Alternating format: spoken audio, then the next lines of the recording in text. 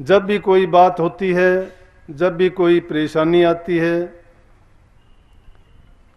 हम शिकायत किए बिना नहीं रहते और यही कहते हैं कि मेरे साथ ऐसा नहीं होना चाहिए था। अब ये सोचते नहीं हैं कि जो चीज़ हुई वो क्यों हुई। सत्संगों में इसी चीज़ का उपदेश, यही शिक्षा और यही वचन हमें समझाए और बताए जाते हैं कि क्यों हमें किस हालात में, कभी खुशी में, कभी दुख में, कभी चिंताओं में हमारा जीवन गुजारना पड़ता है। उसका कारण ये जीवन नहीं है, उसका कारण हमारे अभी किए हुए कर्मों का फल भी नहीं है। ये वर्तमान का समय है, इसमें हो सकता है हमने नेक काम किए हैं, अच्छे किए हैं, कोई बुरा नहीं किया, लेकिन जब तक पिछले जन्मों का जो हमें याद भी नहीं है, कितने हमारे जन्म हुए हैं, कितने हमने कर्म किए होंगे, वो भी याद नहीं है। हमें सिर्फ अभी याद आता है जो हमारे साथ थोड़ा दुख या कोई भी घटना होती है, फिर हमें ये याद आता है कि हमारे साथ ऐसा क्यों होता है। इसको कभी कहते हैं कि पूर्व का लिखा हुआ लेख था। ये महापुरुषों ने भी कहा है कि लिखा लेख न मिटदा भाई, रुदन कीते क्या होवे, हुकम साहेब दा मन्ने नाही, जन्म अकारथ खोवे, साहेब अपना भाणा करदा, भावे हंसे भावे रोवे, संत दास होनी नहीं मिटती, जो कुछ होनी होवे। कारण बता दिया कि लिखा लेख मिटता नहीं है। किसने लिखा वो लेख? हमने लिखा। कैसे लिखा? हमने कर्म करके लिखा। हमने जो कर्म किया, कर्म का परिणाम, जैसा भी कर्म करते हैं उसका परिणाम भी अवश्य होगा। जब उसका नंबर आएगा, भोगा तभी जाएगा, लेकिन वो भोगते भोगते क्या पता हमारे कितने जन्म बीत जाते हैं। और उन ही जन्मों की श्रृंखला में जब इंसान का जन्म होता है, जिसमें प्रभु ने ये बख्शीश दी है कि इस योनि में ही इंसान अपने कर्म फल को और कर्म योग को पहचान सकता है। और जो इस जीवन में भी इस बात को नहीं समझता, नहीं जानता, या उसको जानने का प्रयास नहीं करता, और जो कुछ उसे मिला है उसको ही अपना भाग्य, उसी को अपना कर्म, उसी को अपनी बुद्धि, अपनी चतुराई, या वो सोचता है कि मेरी योग्यता से मैंने प्राप्त किया है, तो ये भी शायद उसकी भूल हो जाती है। करने कराने की बात जो है, करता तो हम ही हैं, करना हमें ही पड़ता है, लेकिन हुक्म जो है, हुक्म का मतलब कि जो इंसान ने कर्म किया, बुरा करता है करो, अच्छा करता है करो, कोई मना नहीं करता, रोकता नहीं। अब जैसा किया था वैसा ही उसका परिणाम। मालिक के लिए, परमात्मा के लिए, प्रभु के लिए अगर हम कहें कि ये गलत करता है, अच्छा करता है, बुरा करता है, नहीं, हुक्म है उसका। और हुक्म क्या है? हमारे कर्म का परिणाम है। वो तो सिर्फ जो जैसा करता है वैसा उसको भुगतने के लिए, पूरा करने के लिए दे देता है कि इसको पूरा करा। ये है कि हुक्म साहेब दा मन्ने नहीं, जन्म अकारथ खोवे। कि अगर मालिक का हुक्म हम मान लें, हुक्म मानना क्या है कि जैसे हालात गुजरते हैं उसको ये चीज़ अपने मन में मान के स्वीकार करो कि इसका दोषी कोई नहीं, मैं खुद हूं। ये कर्म मैंने ही किया था, मैं ही भोगूंगा और मुझे ही भोग के इसको पूरा करना है। तो इसी बात को समझाने के लिए संतों ने कहा है कि दे धरे का दंड है सबका हुको, ज्ञानी काटे ज्ञान से मूर्ख काटे रो। ज्ञानियों को तो ये समझ है कि मेरा किया कर्म है, लेकिन शिकायत सब ने की है।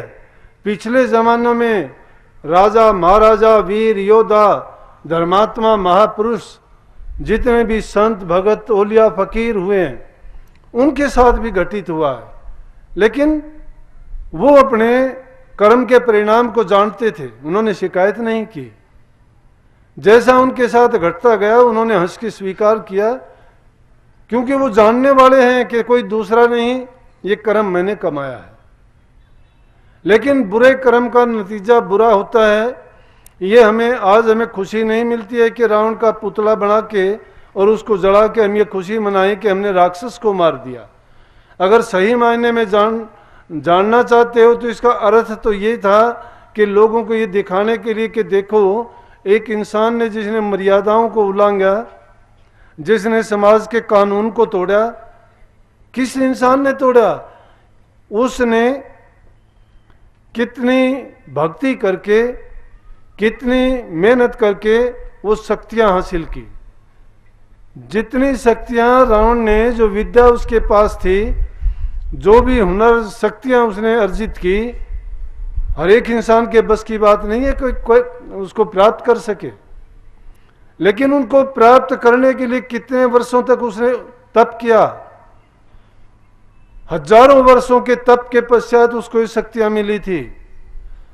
लेकिन उन शक्तियों का विनाश अपनी आंखों के ही सामने कैसे हो गया कि उसने मर्यादाओं को तोड़ के, गलत काम करके, पाप के कर्मों में फंस के उन शक्तियों को भी अपने आप तिलांजलि दी गई और उसने पाप का कर्म भी अपने ऊपर ओढ़ लिया।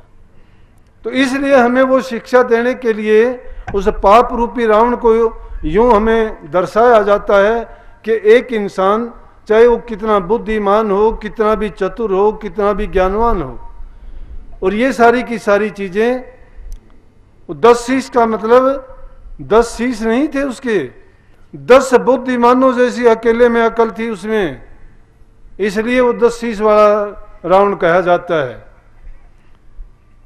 10 से ज्ञानियों जितना ज्ञान था उसमें, चारों वेदों का ज्ञाता नहीं, टीकाकार था, प्रकांड पंडित था, लेकिन बुरे कर्म करने के कारण राक्षस योनि मिली उसे। और राक्षसों के कुल में होते हुए उसने अपनी शक्तियों को इसलिए गंवा देना पड़ा कि वो एक पाप के कर्म में फंस गया। अपने अकल और बुद्धि वहां पे उसकी काम नहीं आई। लेकिन परमात्मा का, मालिक का यह हुक्म नहीं था ऐसा नहीं कर। ज्ञानवानों ने, समझवानों ने, प्रभु के भक्तों ने, उसको सब ने ये शिक्षा दी कि ऐसा ना कर। लेकिन जिसकी बुद्धि पर काल बैठ जाता है वो उसकी बुद्धि को हर लेता है और वो कभी भी उसको सही रास्ते पर नहीं चलने देता।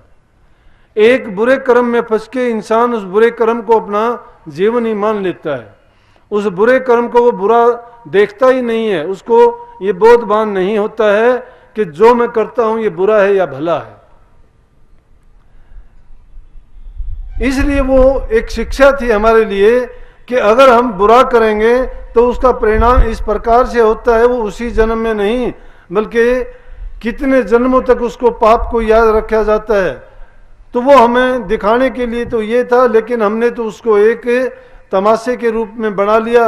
हर साल एक कागज का बड़ा ऊंचा जगह जगह बनाते हैं, उसको जलाते हैं, लेकिन असली रावण जो हमारे मन में बैठा हुआ उसको कभी ख्याल नहीं करते। असली रावण रूपी काम करने वाला हमारे अंदर मन बैठा हुआ है। वो मन भी हमारे से इसी प्रकार के काम करवाता है। पाप कर्म करवाते वक्त हमारी बुद्धि को, अकल को, चतुराई को फटकने तक नहीं देता। ये पता ही नहीं लगता है कि हम क्या करते हैं क्या नहीं करते हैं, क्योंकि उसमें वही गुण हैं। हम मन मुखी और मन के गुलाम बन जाते हैं। जब मन के कहे में चलते हैं, मन की आज्ञा के अनुसार बरतते हैं, तो क्या होता है कि हम सारे के सारे ऐसे कर्म करते हैं जो पाप कर्म में निवृत्त होते हैं या धर्म के विरुद्ध होते हैं। मर्यादाओं को उसमें तोड़ देते हैं और अधर्म के रास्ते पे चल के असत्य और सत्य में कोई भेद नहीं करते, धर्म में अधर्म में कोई भेद नहीं करते। और हम सोचते हैं कि जो कुछ हमें मिला है, जो कुछ हमें हासिल और प्राप्त हुआ है, यही खुशी है, यही आनंद है, यही जीवन है। लेकिन वो जीवन नहीं है। अगर वो किसी किसी को, भाग्यवान को प्राप्त होता है जो संतों की शरण में जाके नाम रूपी दौलत को हासिल कर लेते हैं और उस नाम की कमाई करते हैं तो उनको एक धन मिलता है जिसका नाम संतोष है। संतोष धन आने के बाद में ये धन उनको कुछ नज़र नहीं आते। हम दुनिया के धनों को बड़ा मानते हैं, सुख को बड़ा मानते हैं, वैभव को बड़ा मानते हैं, इंद्रिय सुख को बड़ा मानते हैं, लेकिन ये नहीं सोचते कि जिनको हम सुख मानते हैं इन सुखों में दुख ही दुख भरा हुआ है। इनकी जो तासीर है, इनका जो गुण है वो दिखावे का कुछ है, लेकिन परिणाम उनका हमेशा बुरा होता है, अच्छा नहीं होता। जो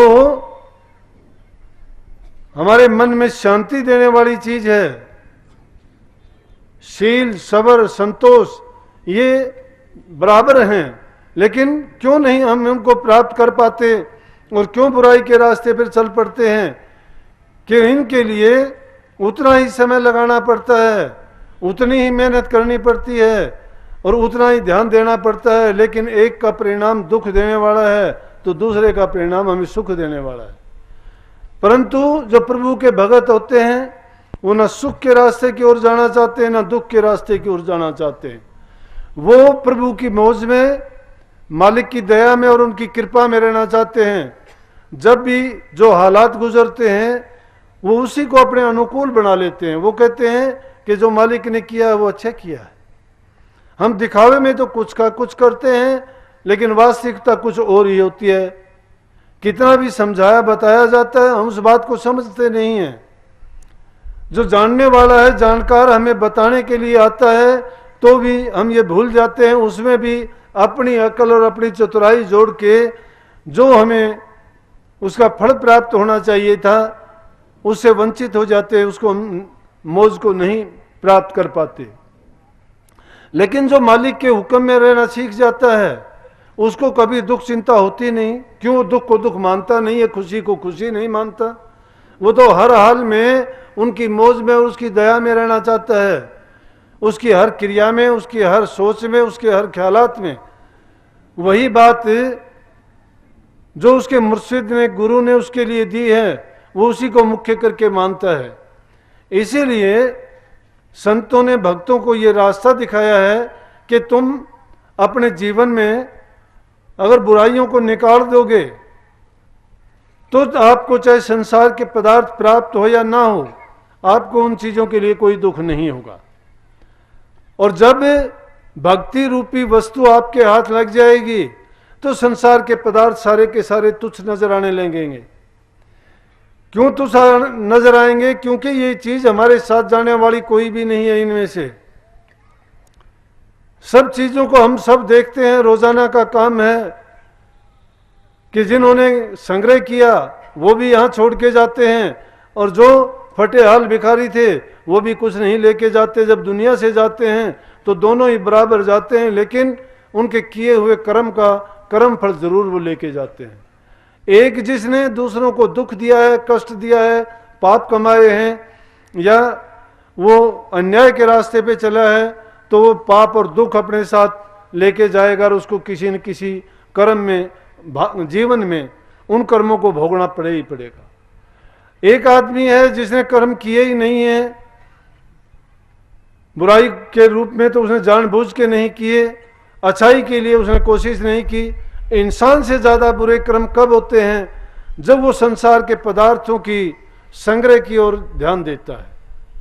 इसीलिए संतों ने कही है, अपनी चाह को कम करो, इच्छाओं और तृष्णाओं पर काबू करो, मन की जो कामनाएं हैं उनको खत्म करो, तो आपको चाह नहीं रहेगी। और जिसको चाह नहीं है उसको चिंता नहीं है। चिंताएं उसी को लगती है जिसकी चाह जग जाती है। जिसकी चाह खत्म हुई उसकी चिंताएं खत्म हुई। आप कहां, जहां आपा है, जहां आपा भाव है वहां आपदाएं आएंगी, और जहां संशय है वहां शोक भी होगा। संशय को अगर मन से निकाल देते हो तो शोक खत्म हो जाएंगे, और आपा भाव जहां खत्म हो जाएगा वहां आपदाएं मिट जाएंगी। लेकिन ये मिटेंगी कब? जब किसी पूरे गुरु की शरण के लेके उसके उपदेश को, उसकी मौज को समझोगे। हम गुरु की मौज को नहीं समझते, प्रभु की मौज को क्या जानेंगे? हम उनके हुक्म को नहीं मानते, और सेवादारों को मान लिया कि भक्ति करने में आपको मेहनत करनी पड़ती है, तप करना पड़ेगा, दमन करना पड़ेगा इंद्रियों का, एक निश्चित समय या निश्चित भी अगर नहीं होगा तो किसी न किसी समय थोड़ा बहुत टाइम निकाल के उसके प्रभु का चिंतन करोगे। लेकिन उसको किस रूप में करोगे? आप तो बाहर रूप में मान के करते हो, ये सोचते हो कि वो मैंने ये काम करना था, नहीं किया। सहज भाव में हमारे जीवन की जो और चीजें हैं उन्हीं की तरह से अगर उसको हमने नहीं अपनाया है, नहीं माना है, तो हमने उसको बोझ बना लिया है। प्रभु भक्ति बोझ नहीं है, वो तो हमारा एक चाव होना चाहिए। जो चीज चाव करके नहीं की जाती है, जो मन करके कोई काम नहीं किया जाता है, वो करो या ना करो, वो हमें फिर अच्छा फल कभी नहीं देता है। काम किसी को कहा जाता है, वो किसी दूसरे को दे देता है। फकीरी मौज तो ये है कि सेवक को ये शिक्षा दी जाती है, जिसको हुक्म दिया उसको अपना भाग सराहना चाहिए कि मुझे ये सेवा का जो अवसर मिला है, ये मेरे कर्म काटने के लिए मुझे मिला है।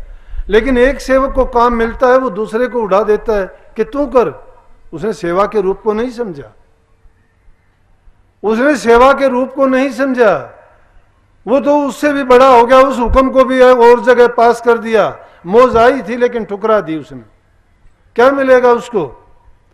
जब तक आप सेवा करना नहीं जानते हो, प्रेम करना नहीं जानते हो, बड़ी बड़ी बातें बनाने में कुछ नहीं मिलेगा। आपस की ईर्ष्याएं खत्म नहीं होती हैं, अपने आप को बड़ा करके मानते हो। जब तक निबलता, दीनता, अधीनता नहीं आती है, संत मत के नाम जपने के काबिल नहीं बनते हो। यहां तो अगर कोई बुरा भला भी कहा जाता है तो भी अपना भाग सराहना चाहिए कि चलो हमारे अंदर जो कमी थी, इस इंसान ने हमारी कमी को दर्शा दिया है कि हमारे अंदर ये कमी है, इसीलिए ऐसा हुआ है। अभी मैंने थोड़ी देर पहले देखा, एक ये बहनें खड़ी हुई थी। बहनों की सुविधा के लिए सेवादार होते हैं। सेवादार किसी को दुख तकलीफ देने के लिए नहीं होते, या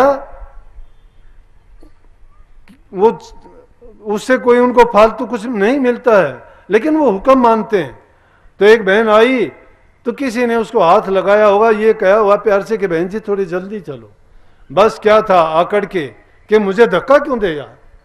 अरे धक्का क्यों देंगे, किस लिए देंगे? अगर धक्का देंगे तो इतने लोग क्यों आएंगे यहाँ? बोली कि कोई आदमी ये सोच के आता है, उसके मन में कोई भाव था, वो भाव खत्म कर दिया। भाव जिसके मन में होते हैं वहां तो गोलियां चलती हैं तो भी नहीं खत्म होते, बल्कि भाव उनके याद आते हैं उस टाइम में। ये भाव कोई दिखावा नहीं होता है, भक्ति कोई पाखंड नहीं है। भक्ति कोई किसी के लिए तकमा लगा के नहीं फिरना है कि मेरे पास ये है, मैं भगत हूं। भगत तो कभी दिखाता ही नहीं है, लेकिन भक्ति अगर तुम पताल में भी करोगे तो आकाश में अपने आप प्रकट हो जाएगी। भक्ति करके दिखाओ। भक्ति का फल तो बहुत मीठा होता है। भगत के तो जबान से दूसरी बातों का जिक्र ही नहीं होता। वो तो अगर उसको कोई कहता है तो कहता है कि हाँ भाई कह ले।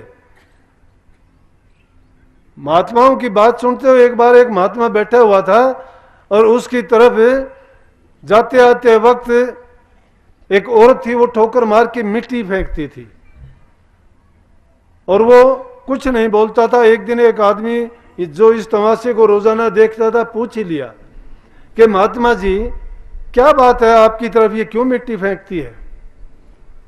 बोले भाई अच्छा आदमी बुराई में भी अच्छाई खोज के अपने लिए शिक्षा लेता है। कहने लगा बच्चा ये मेरे लिए मिट्टी इसीलिए मेरी तरफ मिट्टी फेंकती है कि बोला कि जिस काम में तू लगा है अगर पूरा तो उतर गया, नहीं तो तू पूरा उतर गया तो बहुत अच्छा, क्या कहने, अगर नहीं उतरा तो धूल है तेरे इस ऐसे करने पे। वो किस तरह से उसको फेंकती थी, उसकी बुराई के लिए फेंकती थी, लेकिन उसने उस बुराई को भी अच्छाई में बदल दिया। और कहने को तो दुनियादारी है, तुम कितना भी अच्छा करोगे परवाह ना करो कौन क्या कहता है। जिस उद्देश्य के लिए, जिस काम के लिए आप लगे हो, वो काम आपके जीवन को बनाने के लिए है। अनेक रुकावटें, मुसीबतें, परेशानियां ऐसी आएंगी जो आपको रास्ते से हटाने का प्रयास करेंगी, लेकिन घबराना नहीं। किस तरह से एक महात्मा घर बार को त्याग के प्रभु की भक्ति में लीन हो गया। लेकिन एक बार उसने क्या किया कि कहीं यूं लेटा हुआ था, थक जाता है शरीर, बैठे बैठे जब थक गया तो लेट गया, एक ईंट पड़ी थी, उस ईंट को उठा के उसने सर के नीचे लगा लिया। तो वहां से औरतें जा रही थी पानी भरने के लिए, कुएं पर रास्ता पास से होता था। तो कोई एक औरत कहती है उसको देख के कि देख ले महात्मा बन गया, त्याग कर दिया, लेकिन फिर भी आदत नहीं गई, सिर के नीचे ईंट लगा के सोया है। बोलो ईंट में भी उसको क्या दुख हुआ और उसका क्या नुकसान हुआ। लेकिन जिसको कहना होता है कहता है। उन्हें महात्मा ने बेचारे ने सोचा कि चलो ईंट से ही मेरा महात्मापन खत्म होता है, मैं निकाल देता हूं।